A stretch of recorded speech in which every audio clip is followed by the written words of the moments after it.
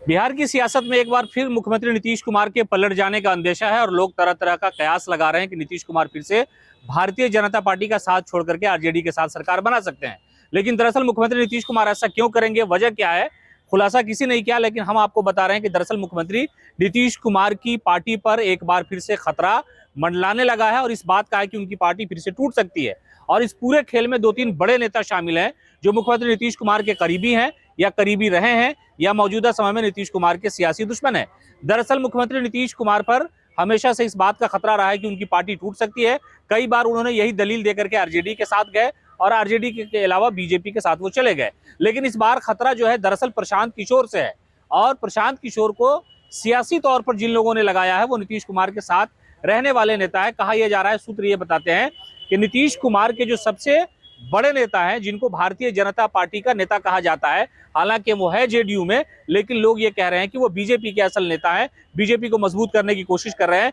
उन्होंने प्रशांत किशोर को इस काम के लिए लगाया है और भारतीय जनता पार्टी चिराग पासवान की भूमिका में प्रशांत किशोर के रखने का प्रयास कर रही है। और कहा यह जा रहा है कि प्रशांत किशोर को इस जिम्मेदारी मिली है कि आप जनता दल यूनाइटेड को तोड़िए, तोड़ करके इस तरफ लाइए और आप जो भी कहेंगे आपकी सारी शर्तें मान ली जाएंगी। यानी ये हो सकता है कि भारतीय जनता पार्टी प्रशांत किशोर को 2025 के चुनाव में मुख्यमंत्री का चेहरा बना दे।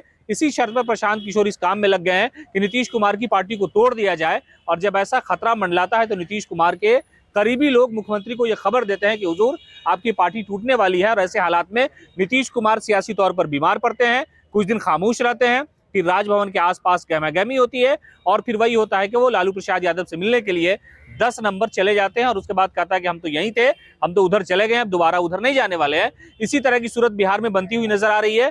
दरअसल भारतीय जनता पार्टी इस कोशिश में लगी है कि जनता दल यूनाइटेड के एमपी को भी तोड़ लिया जाए और विधायकों को तोड़ लिया जाए। एक तस्वीर, एक कहानी हम आपको बता रहे हैं कि एनडीए के भोज की एक मीटिंग हुई थी और दिल्ली में संजय झा के आवास पर यह मीटिंग हुई थी। उसमें एक व्यक्ति जो सबसे ज्यादा छुप छुप करके वहां शामिल था वो मुख्यमंत्री नीतीश कुमार के सबसे करीबी नेताओं में शामिल है। नाम है श्रवण कुमार। कहा जा रहा है कि दो तीन नेताओं का गुट है जो भारतीय जनता पार्टी के लिए जेडीयू को तोड़ करके इस तरह की कोशिशें कर सकते हैं। हालांकि ये सिर्फ इल्जाम या अफवाह हो सकती है, हम इसकी सत्यता की जो पुष्टि है वो नहीं कर रहे हैं। लेकिन दरअसल उस भोज में श्रवण कुमार को जाने की क्या आवश्यकता थी? जब एनडीए के नेताओं का भोज दिल्ली में बुलाया गया, अमित शाह वहां पहुंचे थे, संजय झा वहां मौजूद थे और जो जेडीयू के और बीजेपी के बड़े नेता थे वो वहां मौजूद थे, लेकिन उसमें श्रवण कुमार भी थे। श्रवण कुमार यहां से नीतीश कैबिनेट के मंत्री हैं, विधायक हैं, उनको वहां एनडीए के एमपी के भोज में जाने की दिल्ली में क्या आवश्यकता थी? उसके कुछ दिनों के बाद अमित शाह का एक बयान आया कि नीतीश कुमार मुख्यमंत्री होंगे या नहीं होंगे ये एनडीए के नेता संसदीय दल जो है चुनाव के बाद फैसला करेगा। इससे जेडीयू को परेशानी बढ़ी और उनको लगने लगा कि जो भारतीय जनता पार्टी ये कहती थी कि 2025 में नीतीश कुमार हमारा चेहरा होंगे, आखिरकार ऐसा क्या हो गया कि अमित शाह के बयान जबान से ये बात निकली।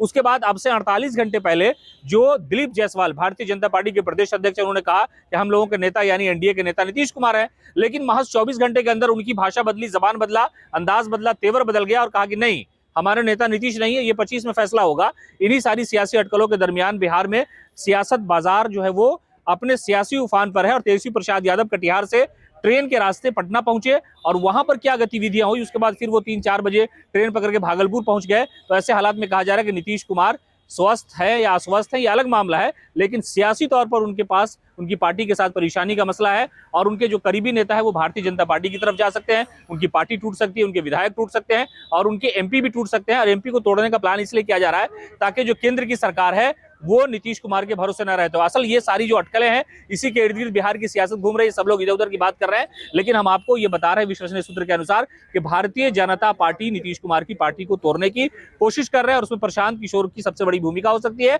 और प्रशांत किशोर को काम पर लगाया है जेडीयू के नेताओं ने, कुछ लोग ने जो नीतीश कुमार के करीब है। तो ऐसे हालात में यही लग रहा है कि नीतीश कुमार इन सारी चीजों को एक अन्य मार्ग में बैठ करके मंथन कर रहे हैं। हो सकता है कि अगर उनको लगेगा तो ये गठबंधन तोड़ देंगे और नए गठबंधन की तरफ नीतीश कुमार जा सकते हैं।